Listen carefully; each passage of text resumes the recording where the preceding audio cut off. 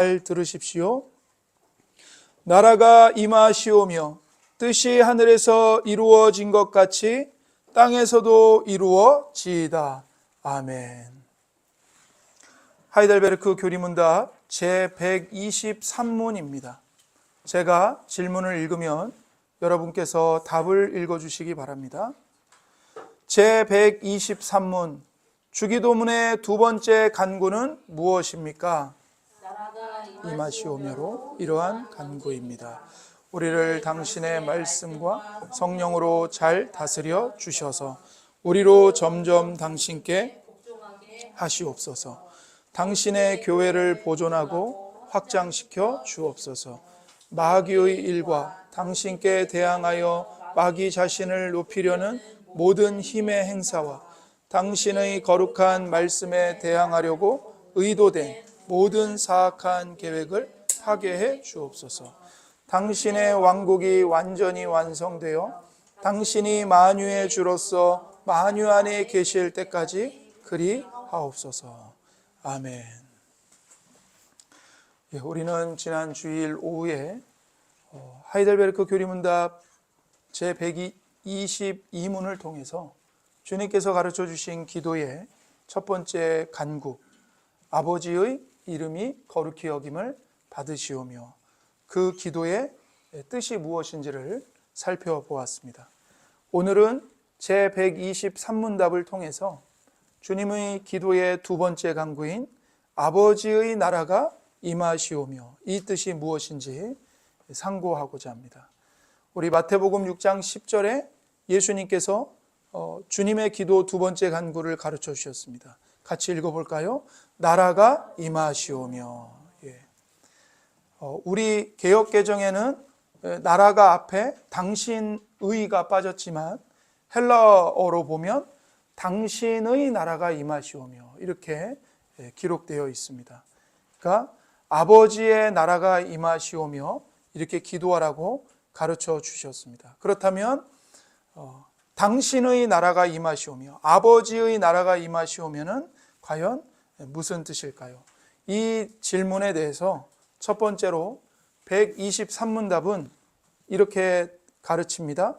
우리를 당신의 말씀과 성령으로 잘 다스려 주셔서 우리로 점점 당신께 복종하게 하시옵소서. 이렇게 가르쳐요. 여러분, 우리가 잘 알다시피 세상에 여러 나라가 있는데 그 모든 나라에는 다 그 나라를 세운 주역들이 있습니다. 그렇죠? 조선은 이성계가 주도해서 세웠죠. 미국은 조지 워싱턴을 비롯한 이 건국의 아버지들이라고 불리는 사람들이 힘을 합쳐서 미국을 세웠습니다. 이처럼 우리나라든 미국이든 땅 위에 있는 나라들은 모두 다 사람이 직접 계획하고 세운 결과물입니다. 하지만 하나님 나라는 전혀 다릅니다. 하나님 나라는 사람이 설계한 것이 아닙니다. 사람의 힘으로 세울 수 있는 나라가 아닙니다. 이 나라는 오직 하나님이 주인이 되시고 하나님이 직접 주도하시고 하나님의 주권으로 세우시는 나라입니다. 그래서 하나님의 왕국이죠. 그래서 사람이 세운 세상 나라와 하나님 나라는 근본부터 즉 질적으로 완전히 다를 수밖에 없습니다. 사람의 지혜와 능력으로는 흉내조차 낼 수 없는 것, 그것이 바로 하나님이 다스리시는 진정한 하나님의 나라입니다. 세상 나라들은 사람들이 만든 헌법이 있고 법률이 있어요. 그것을 기준으로 국가가 운영이 됩니다. 그러나 하나님의 나라는 다스리시는 방식부터가 완전히 다릅니다. 하나님은 그 나라를 오직 말씀과 성령으로 통치하시고 이끌어 가십니다. 그래서 하나님의 말씀이 기준이 됩니다. 세상 국가의 법은 사람들의 다수의 의견, 사람들의 견해, 여론이 어떠한가에 따라서 법이 이렇게도 됐다가 저렇게도 됐다가 막 뒤죽박죽이에요. 그러나 하나님 나라의 법은 하나님의 진리의 말씀이기 때문에 절대로 바뀌지 않습니다. 상황에 따라 바뀌지 않고 사람들의 감정이나 기분이나 형편이나 여론에 따라서 바뀌는 게 아닙니다. 하나님의 진리의 말씀은 하나님의 성품, 하나님의 속성, 하나님의 사랑과 공의와 거룩하심과 의로우심이 고스란히 담겨 있는 말씀입니다. 율법이죠. 그래서 하나님의 속성이 담긴 그분의 율법이 곧 통치 원리입니다. 뿐만 아니라 하나님의 나라는 하나님의 성령께서 직접 다스리십니다. 창세기 1장을 보면 하나님이 태초에 세상을 창조하시는데요. 하나님이 세상을 처음 창조하셨을 때 그 처음 창조한 세상의 모습은 아무것도 없고 캄캄했고 혼돈이 가득했고 공허했고 흑암이 가득했어요. 그런데 그 혼돈과 공허와 흑암이 가득한 그 무질서와 캄캄한 상태의 세상을 하나님의 영이 성령께서 비둘기가 자기 새끼를 품고 있듯이 그렇게 이 세상을 품고 계셨거든요. 그 속에서 성령이 뭘 만드시죠? 빛의 세계를 만들어 가십니다. 혼돈에서 질서로, 공허에서 채움으로, 흑암에서 빛으로 놀라우신 성령께서 그 권능으로 이 세상을 창조하실 뿐만 아니라 그 성령께서 지금도 하나님의 나라를 이 세상 속에서 만들어가고 계시는 겁니다. 그래서 하나님 나라는 사람이 좌지우지할 수 없습니다. 사람들의 사사로운 의견이나 혈기 혹은 끼리끼리 모여서 작당을 꾸미고 그렇게 해서 움직이는 좌지우지되는 나라가 아닙니다. 오직 하나님의 성령이 역사하셔서 하나님의 말씀이 토씨 하나 땅에 떨어지지 않고 그대로 이루어지고 성취되는 나라, 하나님의 의로운 성품이 거울처럼 투영되는 나라가 바로 우리가 간구하는 하나님의 나라입니다. 우리가 비록 지금은 이 땅에 발을 붙이고 살고 있어요. 그러나 우리가 잊지 말아야 할 진리가 있습니다. 그것은 바로 우리가 하나님의 자녀이고 그 하나님의 나라에 속한 백성들이라는 겁니다. 우리가 오전에도 말씀을 들었지만 여러분의 시민권은 지금 어디 있어요? 하늘에 있어요. 하늘의 예루살렘에 있어요. 물론 우리가 대한민국 시민권도 갖고 있죠. 그러나 대한민국 시민권보다 더 우선하고 더 복되고 더 중요한 것은 새 예루살렘의 시민권인 거예요. 그 시민권이 여러분에게 주어져 있어요. 사실 하나님은 처음부터 우리 모든 사람을 하나님의 형상을 따라 지으셨습니다. 그런데 아담이 죄를 지으면서 그 아름다운 형상을 거의 다 잃어버리고 말았죠. 하지만 하나님은 사람을 포기하지 않으셨습니다. 예수님이 십자가에서 죽으심으로써 깨졌던 하나님의 형상을 다시 우리 안에 회복시켜 주셨습니다. 물론 하나님 나라가 아직 눈앞에 장엄하게 다 드러나지는 않았어요. 아직 완성이 된 건 아니에요. 그러나 하나님 나라는 이미 예수님과 함께 이 세상 속에 침투해 들어왔습니다. 그래서 예수님을 믿는 우리 가운데, 우리 이 한가운데에 하나님의 나라가 예수님과 함께 임했어요. 그리고 그 하나님의 나라가 우리를 다스리고 있고요. 우리를 보존하고 있습니다. 그리고 성령께서 그 하나님의 나라가 마지막 날에 예수님의 재림으로 극치에 이르게 하실 것입니다. 가장 영화롭게 세워지게 하실 것입니다.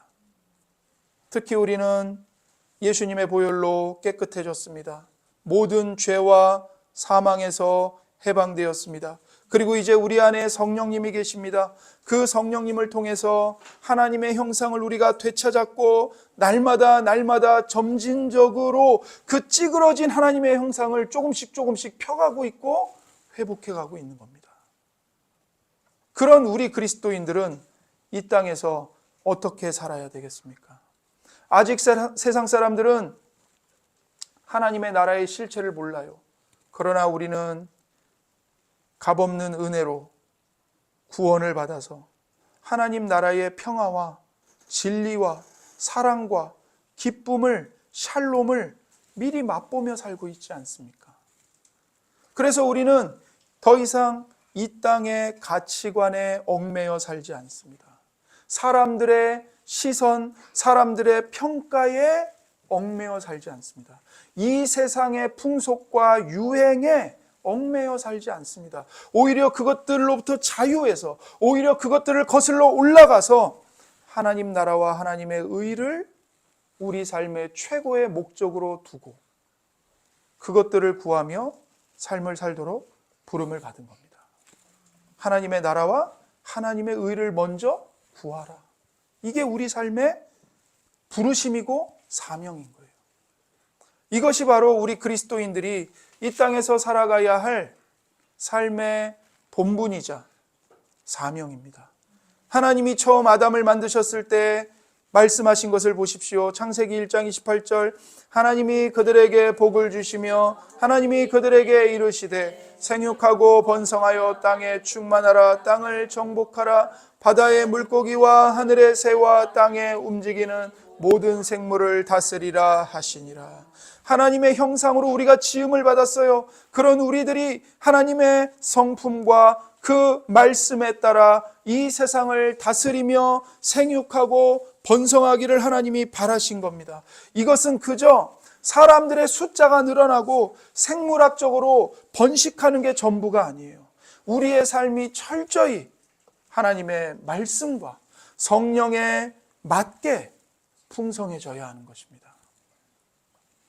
만약 이 목적을 잊어버리고 그저 내 눈에 보기에 좋은 대로, 내가 원하는 대로, 내 고집대로만 살아간다면 사실 이 땅에 사람이 존재할 이유가 사라지는 것이나 마찬가지입니다. 노아의 홍수 때 생각해 보세요. 그 수많은 사람들이 심판받아 죽고 겨우 8명만 살아남았습니다. 그리고 이스라엘이 여리고성을 정복할 때 여리고성에 살던 사람들 남녀노소를 막론하고 모두 다 죽임을 당했죠. 바로 이 이유 때문입니다. 사람들이 이 엄중한 심판을 받았던 것에는 분명한 이유가 있어요. 그 이유는 바로 사람들이 하나님께서 주신 존재 목적을 잃어버렸기 때문입니다. 그래서 심판이 임한 거예요. 멸망이 임한 거예요. 이러한 심판의 사건들은 우리에게 아주 중요한 질문을 합니다. 나는 지금 왜 여기서 살고 있는가? 나는 무엇을 위해 살고 있는가? 우리의 존재 가치는 내 마음대로 사는 데 있는 것이 아니고 나를 만드신 하나님, 이 세상을 창조하시고 다스리시는 하나님, 그분의 뜻을 이 땅에 펼치는 데 있다는 사실을 우리는 꼭 명심해야 합니다. 우리가 하나님께 더 가까이 가고 싶고 하나님의 말씀에 순종하고 싶어도 사실 우리 힘만으로는 어렵습니다. 정말 어렵습니다. 왜 그러냐면 우리 본성이 부패했기 때문에 그래요. 우리가 점점 더 하나님께 기쁘게 순종하며 살 수 있는 유일한 길은 하나님이 직접 하나님의 말씀과 성령으로 우리를 다스려 주시는 것뿐입니다. 하나님은 사람을 만드실 때 분명히 동물과는 다르게 창조하셨어요. 동물에게는 인격이 없어요. 지정의가 없어요. 그러나 우리 사람에게는 하나님의 형상으로 우리에게 지정의를 주셨죠. 지성과 정서와 의지를 주셨어요. 그래서 우리를 하나님이 무슨 기계 부품을 만들듯이 말 못하는 짐승처럼 억지로 끌고 다니지 않으십니다. 로봇을 조종하듯이 그렇게 우리를 조종하지 않으세요. 우리가 생각하고 의사를 표현하고 의지를 동원하여 행할 수 있는 인격체이기 때문에 하나님은 우리의 인격을 존중하시며 인격적으로 우리를 대하시고 우리를 다스리시는 겁니다. 하지만 우리에게는 큰 고민이 있어요. 바로 죄 때문이에요. 죄 때문에. 죄 때문에 내 생각과 내 의지가 많이 망가져 버렸어요. 하나님의 뜻을 기뻐하지 않아요. 심지어 구원을 받은 우리 그리스도인들도 여전히 옛날에 나쁜 습관, 부패한 본성이 남아 있어요. 그러다 보니 내 마음인데도 내 뜻대로 되지가 않는 거예요. 머리로는 하나님의 말씀에 기쁨으로 순종해야 된다는 걸 알면서도 자꾸만 마음이 죄를 향해 쏠리는 거예요. 엉뚱한 길로 가고 싶어지는 거죠. 이렇게 통제가 안 돼요. 그런 우리를 과연 누가 온전히 다스려 줄 수 있겠습니까? 이 답답한 현실을 보면서 그 위대한 사도 바울조차도 나는 정말 비참한 사람이다. 깊이 탄식할 수밖에 없었습니다. 로마서 7장 21절 24절입니다. 그러므로 내가 한 법을 깨달았노니 곧 선을 행하기 원하는 나에게 악이 함께 있는 것이로다. 내 속사람으로는 하나님의 법을 즐거워하되 내 지체 속에서 한 다른 법이 내 마음의 법과 싸워 내 지체 속에 있는 죄의 법으로 나를 사로잡는 것을 보는도다. 오호라, 나는 곤고한 사람이로다. 이 사망의 몸에서 누가 나를 건져내랴. 사도의 탄식이에요. 나는 선을 행하기 원하는데 그런 나에게 뭐가 있어요? 악이 함께 붙어 있어요. 내 속사람은 하나님의 법을 즐거워해요. 그러나 내 지체 속에서, 내 육신 속에서 다른 법이 있어서 내 마음의 법과 맞서서 싸우는 겁니다. 내 육체에 있는 죄의 법에 나를 포로로 사로잡아가는 것을 보는 거예요. 그래서 사도가 탄식합니다. 오호라, 나는 곤고한 사람이로다. 정말 나는 비참한 사람입니다. 이 사망의 몸에서 누가 나를 건져내랴? 누가 이 죽음의 몸에서 나를 건져주겠습니까? 탄식을 하는 거죠. 사도 바울만 그렇게 괴로워했던 게 아닙니다. 밧세바를 범한 큰 죄를 지었던 다윗 왕도 자신의 뿌리 깊은 죄성, 뼛속까지 사악한 자신의 악함을 보면서 뼈아픈 탄식을 내뱉었습니다. 우리 마음 아주 깊은 곳에 숨어있는 이 고집스럽고 부패한 생각들을 과연 누가 다스릴 수 있을까요? 결국 답은 오직 하나님 한 분뿐입니다. 여러분, 소를 물가로 끌고 갈 수는 있어도 억지로 물을 먹일 수는 없는 법이에요. 그렇죠? 그런데 사실 우리 사람은 아예 물가로 발걸음을 옮기는 것조차 우리 힘으로는 힘들어요. 마음이 굳어 있고 의지가 항상 죄를 향해 굽어 있기 때문입니다. 그래서 우리에게는 하나님의 통치, 하나님의 다스림이 간절히 필요합니다. 절실하게 필요합니다. 억지로 시키는 게 아니고 벌 받을까 봐 무서워서 겁이 나서 하는 게 아니고 우리의 의지와 마음 자체가 하나님께 기쁘게 순종하도록 만드실 수 있는 분은 오직 하나님 한 분밖에 없기 때문입니다. 그래서 시편 기자는 간절한 마음으로 하나님께 이렇게 기도했어요. 시편 119편 5절, 내 길을 굳게 정하사 주의 율례를 지키게 하소서.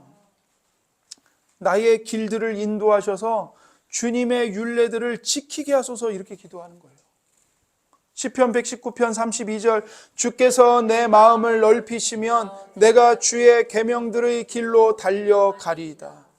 주님께서 나에게 큰 깨달음을 주시면 내가 주님의 계명들이 인도하는 길로 달려가겠습니다. 간청하는 거죠. 38절도 보세요. 주를 경외하게 하는 주의 말씀을 주의 종에게 세우소서.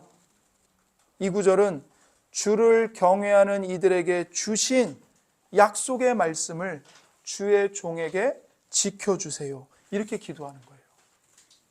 주님을 경외하는 자들에게 약속의 말씀을 주시지 않았습니까? 그 말씀을 주님의 종에게 지켜주십시오.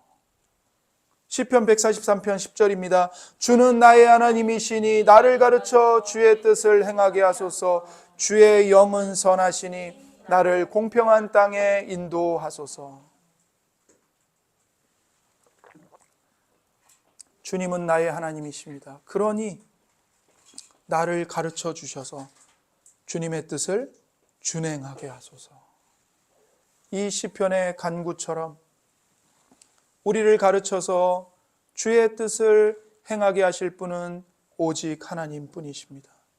우리는 오늘도 하나님의 말씀과 성령께서 우리 마음을 주장하시기를 간절히 구해야 합니다. 그렇게 우리 마음을 하나님을 기뻐하는 마음으로 재창조하시기 위해서 하나님이 누구를 보내셨어요? 자기 아들 예수 그리스도를 십자가에 죽는 자리에까지 내려보내신 거예요. 예수님이 그 십자가의 고난, 부끄러움, 수치, 모욕, 그 말로 표현할 수 없는 하나님으로부터 버림받고 저주받는 그 공포와 고통, 그것을 예수님이 기쁘게 감당하신 거예요. 뭘 기뻐하시면서? 내가 저들을 위해 대신 버림받고 내가 저들을 위해 대신 죽음으로써 저들이 하나님의 구원을 받아 기쁜 마음으로 하나님께 돌아와 기쁨과 즐거움으로 하나님의 뜻에 순종할 것이다. 그걸 기쁨으로 바라보시며 예수님이 십자가의 고통과 부끄러움을 개의치 않고 참아내신 겁니다. 그 은혜를 우리가 받았습니다. 둘째로 아버지의 나라가 임하시오며, 이게 무슨 뜻인가? 123문답은 당신의 교회를 보존하고 확장시켜 주옵소서, 이렇게 가르칩니다. 우리가 흔히 교회라고 하면 멋진 건물을 떠올리기가 쉽습니다. 그러나 사실 진짜 교회는 하나님을 믿는 사람들의 모임, 바로 이 공동체를 말합니다. 이 공동체, 여러분이 바로 하나님의 교회입니다. 그런데 이 교회는 세상 속에서 믿지 않는 사람들과 뒤섞여서 살아가고 있습니다. 그렇죠? 사실 세상 사람들은 진리의 빛을 비추며 사는 신자들을 그리 반가워하지 않습니다. 때로는 이유 없이 미워하고 심하게 이용하며 괴롭히기도 합니다. 이렇게 험한 세상 속에서 누가 이 연약한 교회를 안전하게 지켜내고 또 확장해 갈 수 있겠습니까? 오직 하나님뿐이십니다. 우리가 매일 고백하는 주님의 기도를 보세요. 아버지의 나라가 임하시오며 라고 할 때 이 문장의 주어가 무엇인지 한번 보세요. 주어가 뭐죠? 바로 나라예요. 나라. 나라가. 당신의 나라가. 하나님의 나라가. 이게 주어예요. 이게 무슨 뜻일까요? 하나님의 나라는 우리가 억지로 끌어오거나 우리가 이 땅에서 만들어 세우는 게 아니라 그 나라가 우리에게 임하는 것입니다. 아버지의 나라가 임하시오며. 이 짧은 구절만 봐도 알 수 있는 거예요. 하나님 나라를 지키고 키우는 건 우리 인간의 힘으로 되는 게 아니라는 겁니다. 교회가 무너지지 않게 보존하시고 더 풍성하게 자라나게 하시는 분은 오직 하나님이십니다. 결국 교회의 보존과 확장은 사람의 계획이 아니라 하나님의 손에 온전히 달려있는 것입니다. 베드로가 예수님을 향해 신앙 고백을 했어요. 그러자 예수님이 베드로에게 아주 중요한 약속을 주십니다. 마태복음 16장 18절, 또 내가 내게 이르노니 너는 베드로라, 내가 이 반석 위에 내 교회를 세우리니 음부의 권세가 이기지 못하리라. 예수님이 직접 교회의 머리가 되시고 주체가 되어서, 예수님이 직접 교회의 주어가 되어서 교회를 세우고 지키십니다. 그렇기 때문에 그 어떤 지옥의 권세, 음부의 권세도 감히 교회를 이길 수가 없는 겁니다. 그래서 부활하신 예수님은 제자들에게 가장 위대하고 가장 크고 가장 절대적인 명령을 주셨어요. 마태복음 28장에 있는 명령이죠. 그러므로 너희는 가서 모든 민족을 제자로 삼아 아버지와 아들과 성령의 이름으로 세례를 베풀고 내가 너희에게 분부한 모든 것을 가르쳐 지키게 하라. 볼지어다 내가 세상 끝날까지 너희와 항상 함께 있으리라 하시니라. 가장 큰 명령, 지상명령이죠. 지극히 큰 명령. 이 명령의 핵심은 모든 민족을 제자로 삼아라입니다. 모든 민족을 제자로 삼아라.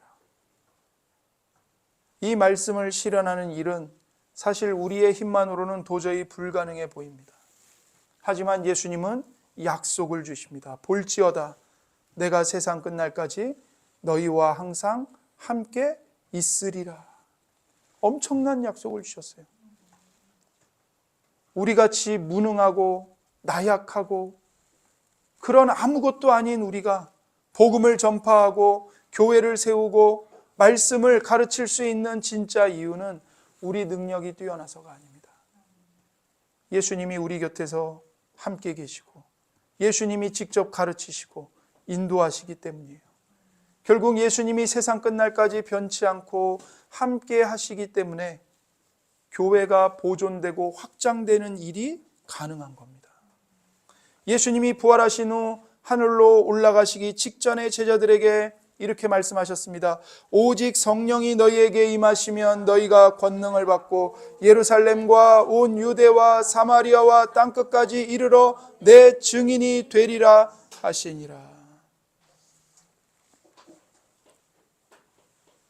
이렇게 말씀하신 예수님은 그 후 실제로 하늘로 올라가셨지만 여전히 성령으로 제자들과 함께 하시면서 영으로 제자들과 함께 하시면서 복음이 땅끝까지 퍼져나가게 하셨습니다. 처음에는 예루살렘에 복음이 선포되게 하셨고 그 다음에는 유대 지역으로 그 다음에는 사마리아와 땅끝까지 복음이 선포되게 하셨어요. 여러분 사도행전을 읽어보면 베드로, 빌립, 스데반, 바울처럼 아주 헌신적인 인물들이 나와요.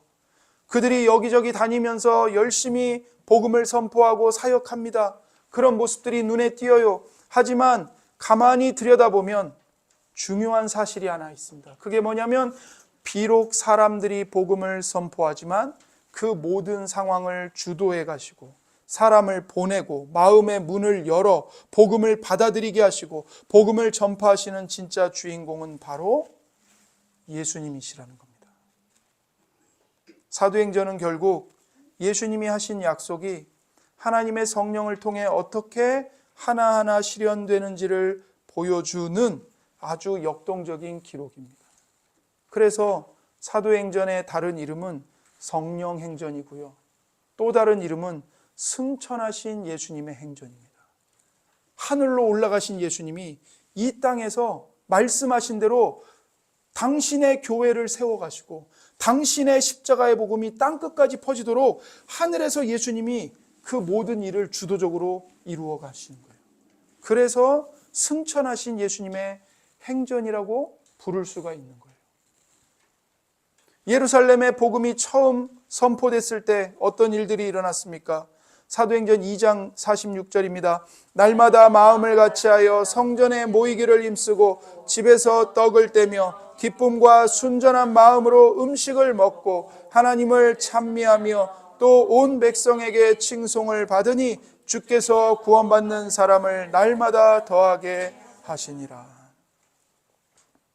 예수님을 믿게 된 사람들이 날마다 성전에 모여요. 한 마음으로 기도해요. 모여서 음식을 나누어 먹어요. 정말 기쁘고 순전한 마음으로 하나님을 찬미하며 하나님을 예배해요. 그 모습이 얼마나 아름다웠던지 다른 사람들조차도 그들을 보면서 칭찬을 아끼지 않았어요. 진짜 확장은 질적인 변화에서 옵니다. 복음을 받아들인 사람들이 하나님의 말씀대로 실제로 살아내기 시작한 겁니다. 믿는 사람이 자기 재산을 내 것이라고 고집하지 않고 서로 나누어 주고 형편이 어려운 지체들, 이웃들을 위해서 자신의 소유를 아낌없이 내놓는, 세상에서는 절대로 볼 수 없는 놀라운 풍경이 교회 공동체 안에서 일어난 겁니다. 44절, 45절, 믿는 사람이 다 함께 있어 모든 물건을 서로 통용하고 또 재산과 소유를 팔아 각 사람의 필요를 따라 나눠주며. 이것이 바로 교회가 보여줄 수 있는 하나님 나라의 모습이자 진정한 확장입니다. 그런데 솔직히 말해서 이런 삶이 과연 우리의 결단이나 의지만으로 가능할까요? 내 주머니를 열어서 남에게 줘요. 내 시간을 다른 사람에게 내어줘요. 이런 것들은 우리 인간의 본성으로는 너무나도 어려운 일이에요. 그래서 우리는 오늘도 아버지의 나라가 임하소서 이렇게 기도하는 겁니다. 아버지의 나라가 임하기를 바라는 동시에 이런 나라를 위해 우리가 살 수 있기를 바라는 것입니다. 하나님, 이렇게 아름다운 아버지의 나라가 속히 오게 해주시고 저 또한 그 나라의 백성답게 사랑하며 살 수 있는 힘을 주십시오. 이런 간절한 소원이 담긴 간구가 아버지의 나라가 임하시오며 이 기도인 겁니다. 셋째, 123문답은 아버지의 나라가 임하시오며에 대해서 마귀의 일과 당신께 대항하여 마귀 자신을 높이려는 모든 힘의 행사와 당신의 거룩한 말씀에 대항하려고 의도된 모든 사악한 계획을 파괴해 주옵소서 이렇게 기도하라고 가르칩니다. 우리가 기도할 때 마귀를 대적하고 마귀의 일과 사악한 계획을 무너뜨려 주십시오 기도하는 이유가 있습니다. 성경은 우리의 대적 마귀가 마치 굶주린 사자처럼 삼킬 자를 찾아다니며 두루 돌아다닌다고 말합니다. 베드로전서 5장 8절입니다. 근신하라 깨어라 너희 대적 마귀가 우는 사자같이 두루 다니며 삼킬 자를 찾나니. 그런데 문제가 뭐냐면 이 마귀가 우리 눈에 안 보입니다. 보이지 않아요. 여러분 욥을 생각해 보세요. 욥이 상상조차 하기 힘든 엄청난 이 시련을 당할 때 사탄은 단 한 번도 욥 앞에 모습을 드러낸 적이 없습니다. 나타낸 적이 없어요. 욥은 자기 인생에 왜 이런 비극이 한꺼번에 닥쳤는지 도저히 알 길이 없었습니다. 욥에게는 재산과 건강을 잃은 것도 큰 아픔이었지만 사실 도대체 왜 이런 일이 나에게 일어나고 있는지 그걸 모른다는 게 훨씬 더 괴롭고 힘들었던 거예요. 어느 날 갑자기 스밧 사람들이 쳐들어와서 욥의 소와 나귀를 뺏고 종들을 죽였습니다. 욥의 눈에는 칼을 든 스밧 사람들만 보였지 그들의 마음을 충동질해서 범죄하게 만든 이 배후의 사탄은 전혀 보이지가 않았어요. 그 다음에 닥친 질병의 고통도 마찬가지죠. 발바닥부터 머리끝까지 지독한 종기가 나서 온몸이 성한 곳이 없어요. 너무 가려워서 재 가운데 앉아서 질그릇 조각으로 몸을 긁고 있는 욥의 눈에는 오직 터진 종기들만 보일 뿐이죠. 그 종기를 나게 한 진짜 원인인 사탄은 보이지가 않아요. 눈에 보이지도 않는 사탄이 작정하고 달려드는데 욥이 어떻게 끝까지 버티고 승리할 수 있었을까요? 욥이 특별히 강해서입니까? 아니요. 단 하나, 하나님의 철저한 보호 때문이었습니다. 하나님은 사탄의 사악한 계획이 결국에는 물거품이 되도록 사탄을 통제하고 계셨어요. 사탄을 딱 붙잡고 계셨어요. 그러면서 동시에 욥이 쓰러지지 않게 든든히 붙잡아 주셨습니다. 처음에는 욥의 소유물은 건드려도 되지만 욥의 몸에는 손대지 마라. 하나님이 선을 그으셨고, 그 다음에는 욥의 뼈와 살은 쳐도 되지만 그의 생명만큼은 절대로 건드리지 마라. 명령하셨거든요. 사탄이 아무리 기승을 부려도 하나님이 정해주신 한계선을 단 1mm도 넘을 수 없습니다.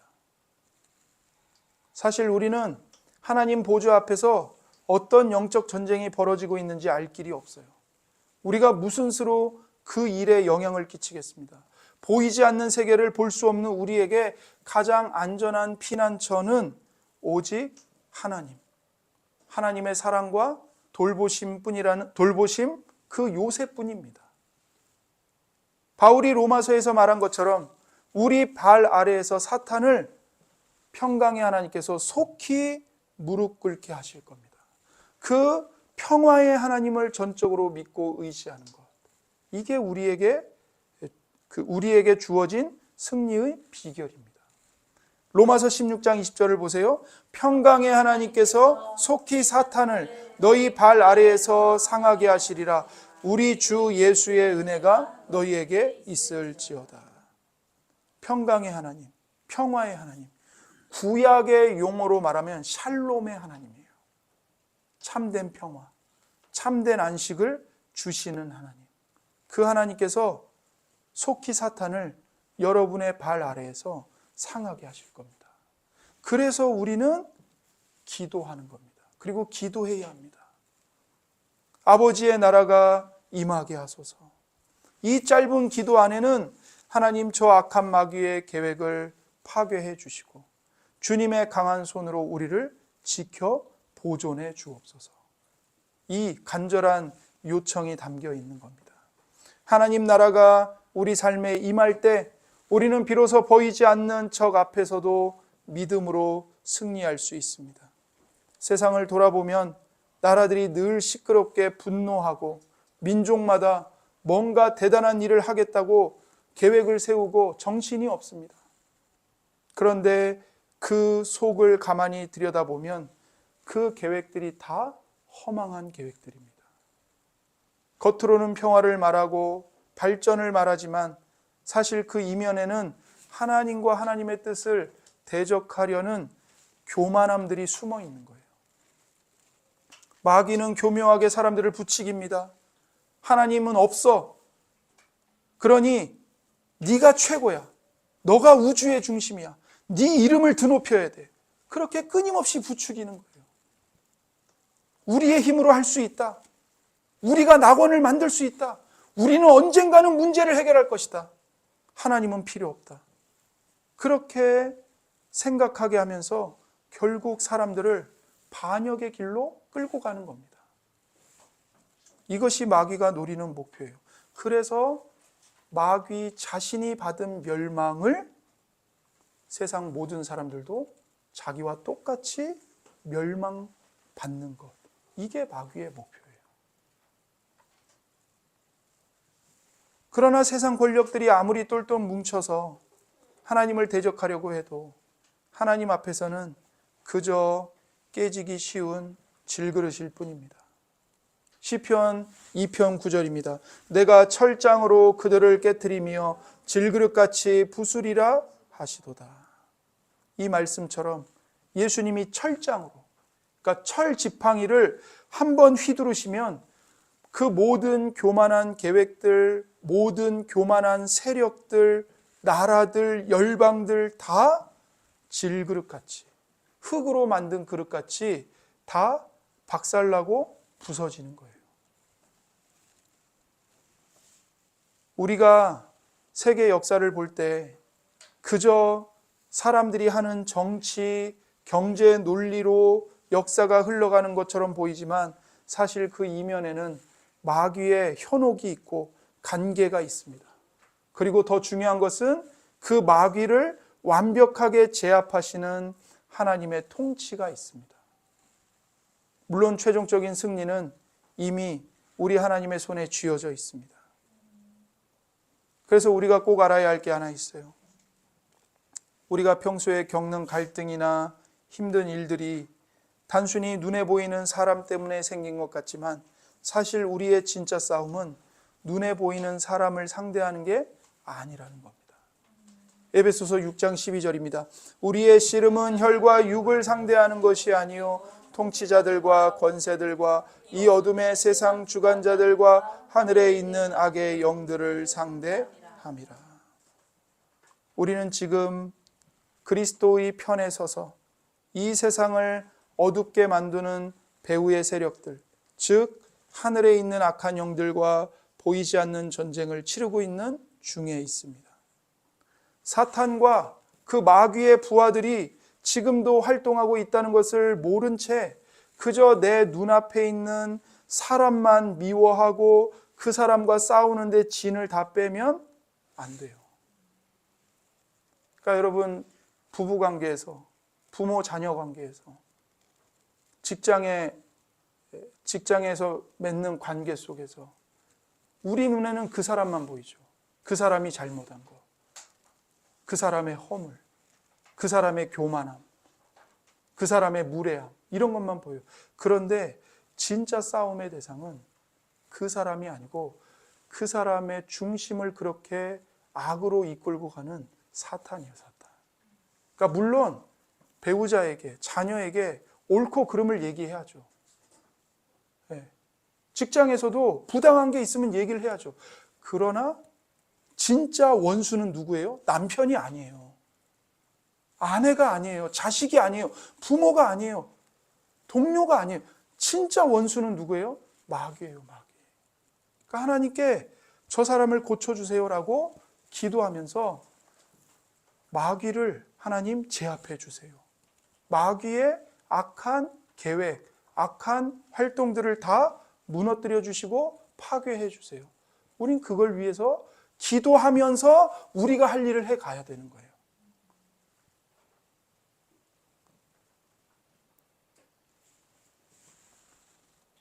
또 하나는 내가 내 힘으로 귀신을 다 때려잡겠다고 달려들어서도 안 됩니다. 그것도 위험한 거예요. 우리 인간의 판단력과 능력은 너무나 한계가 있어서 사탄의 교묘한 계획을 우리 힘만으로는 절대 막아낼 수가 없어요.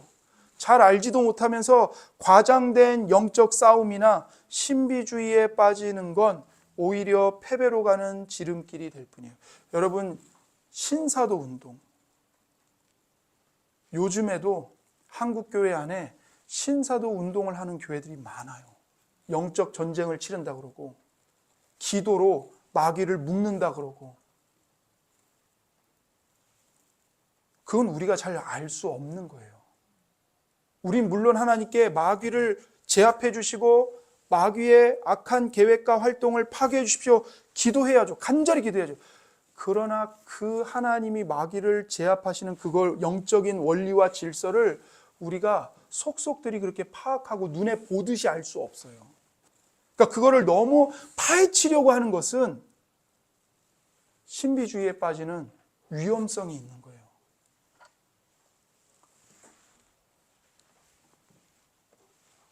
상대가 사람이라면 땅의 무기를 준비하면 됩니다. 하지만 우리의 적은 영적인 존재들입니다.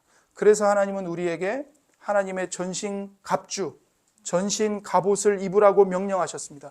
에베소서 6장 13절입니다. 그러므로 하나님의 전신 갑주를 취하라. 이는 악한 날에 너희가 능히 대적하고 모든 일을 행한 후에 서기 위함이라.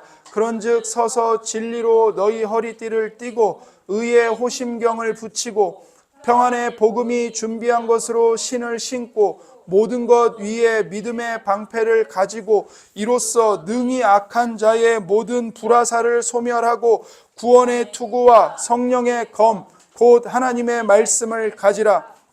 모든 기도와 간구를 하되 항상 성령 안에서 기도하고 이를 위하여 깨어 구하기를 항상 힘쓰며 여러 성도를 위하여 구하라. 여기 보시면 하나님의 전신갑옷이 아주 자세하게 나와 있어요. 진리의 허리띠를 묶어요. 의의 호신경을 입어요. 이 의의 호신경이 뭐냐면 이 가슴을 보호해주는 갑옷이에요. 평안의 복음의 신을 신어요. 사단의 모든 불화살을 막는 믿음의 방패를 들어요. 구원의 투구를 써요. 그리고 성령의 검, 하나님의 말씀으로 무장하라는 거예요. 근데 그게 끝이 아니죠. 그 뒤에 뭐가 더 덧붙여져요? 기도.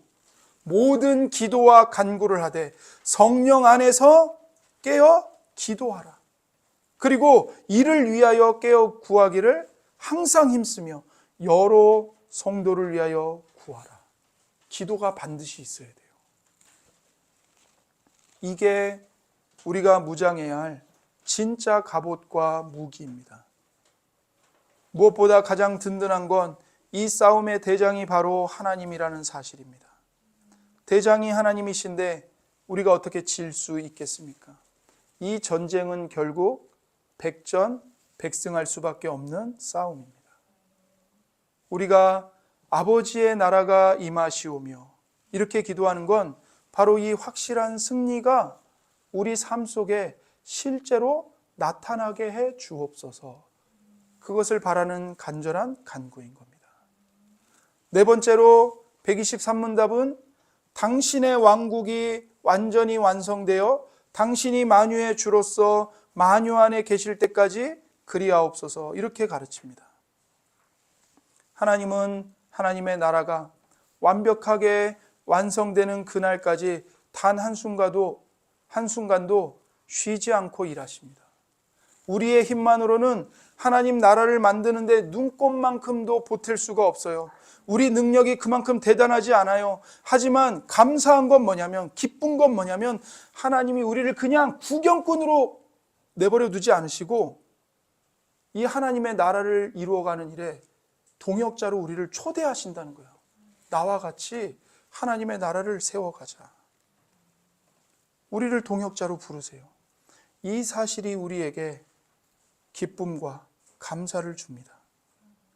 내가 완벽해야 하나님 나라가 완성되는 게 아니라 하나님이 그 모든 일을 다 하시는데 거기에 나를 동참시켜 주시는 겁니다. 우리와 늘 함께 하시는 임마누엘 하나님은 지금 이 순간에도 우리 곁에 계세요. 그리고 우리와 함께 일하는 걸 정말 기뻐하십니다. 우리가 부족해도 괜찮습니다. 하나님이 멈추지 않고 일하고 계십니다. 우리가 흔히 하나님 나라를 이야기할 때 무심코 우리가 이 땅에 하나님 나라를 세우자, 건설하자, 확장하자라는 말을 쓰곤 합니다. 그런데 가만히 성경을 들여다보면 정작 성경은 하나님 나라를 설명할 때 이런 단어들을 거의 쓰지 않는다는 사실을 발견하게 됩니다. 성경은 하나님 나라가 우리에게 어떻게 다가오는지 설명할 때 주로 임하다, 들어가다, 오다, 내려오다, 받다 이런 동사들을 써요. 마태복음 12장 28절 하나님의 나라가 이미 너희에게 임하였느니라. 임하였느니라. 여러분 수동태예요. 능동태가 아니에요. 마태복음 21장 31절 세리들과 창녀들이 너희보다 먼저 하나님의 나라에 들어가리라. 마가복음 1장 15절 하나님의 나라가 가까이 왔으니. 사도행전 14장 22절 우리가 하나님의 나라에 들어가려면 많은 환난을 겪어야 할 것이라. 고린도전서 15장 50절 혈과 육은 하나님 나라를 이어받을 수 없고. 요한계시록 21장 2절 또 내가 보매 거룩한 성 새 예루살렘이 하나님께로부터 하늘에서 내려오니 그 준비한 것이 신부가 남편을 위하여 단장한 것 같더라. 여러분 이 단어들의 공통점이 뭡니까? 바로 하나님의 나라는 위에서 아래로, 즉 하나님의 주권적인 능력과 은혜로 우리에게 임하고 우리는 그저 그 나라가 우리에게로 오고 그 나라가 하늘에서 내려와서 우리는 그저 들어가고 받는 겁니다. 절대로 사람의 힘으로 세우고 건설하고 넓히고 만들고 이루는 게 아닙니다. 사람의 힘으로는 아무리 애써도 하나님의 나라를 건설하거나 확장할 수 없습니다. 인간의 열정으로 하는 일은 결국 사람의 나라를 세웠다가 다시 허무하게 무너뜨리는 일의 반복일 뿐입니다.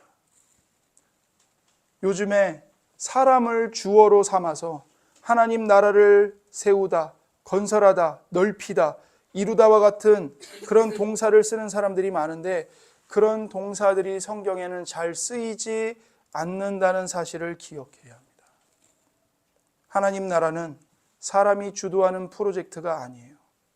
하나님이 주도하시는 선물이기 때문입니다. 그리고 우리는 이 땅에서 하나님의 나라를 완벽하게 세울 수 없어요.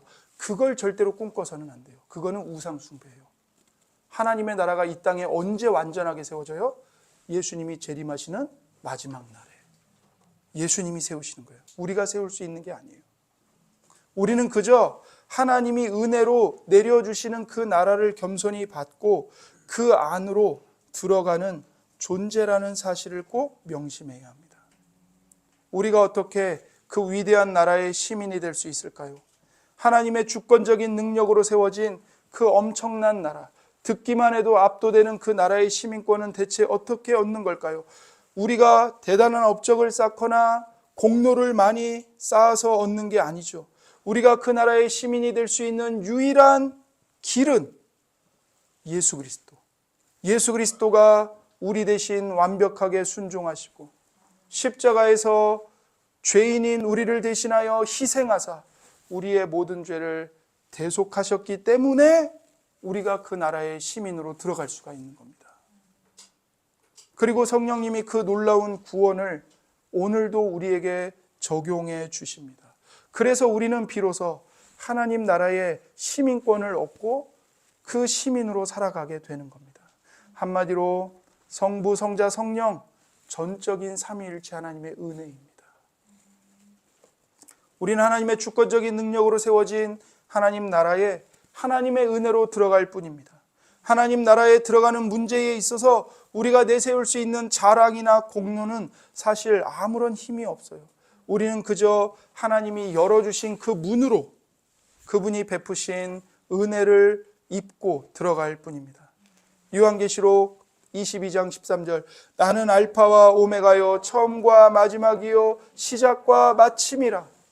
여러분, 우리 주님만이 알파와 오메가이십니다. 우리 주님만이 A가 되시고 Z가 되시는 거예요. 우리 한글로 하면 우리 주님만이 기역이 되시고 히읗이 되시는 거예요. 예수님만이 처음과 마지막이시고 예수님만이 시작과 마침이 되시는 겁니다. 하나님 나라를 처음 계획하고 시작하신 분도 하나님이시고 그 나라를 완성하고 우리를 그 나라 안으로 들어오도록 부르시고 구원하시는 분도 오직 하나님 한 분뿐이십니다. 그러므로 우리는 오직 감사함으로 삼위일체 하나님의 은혜를 받을 뿐이고 모든 영광을 하나님께 돌리며 하나님을 찬미하며 살아갈 뿐입니다. 기도하겠습니다.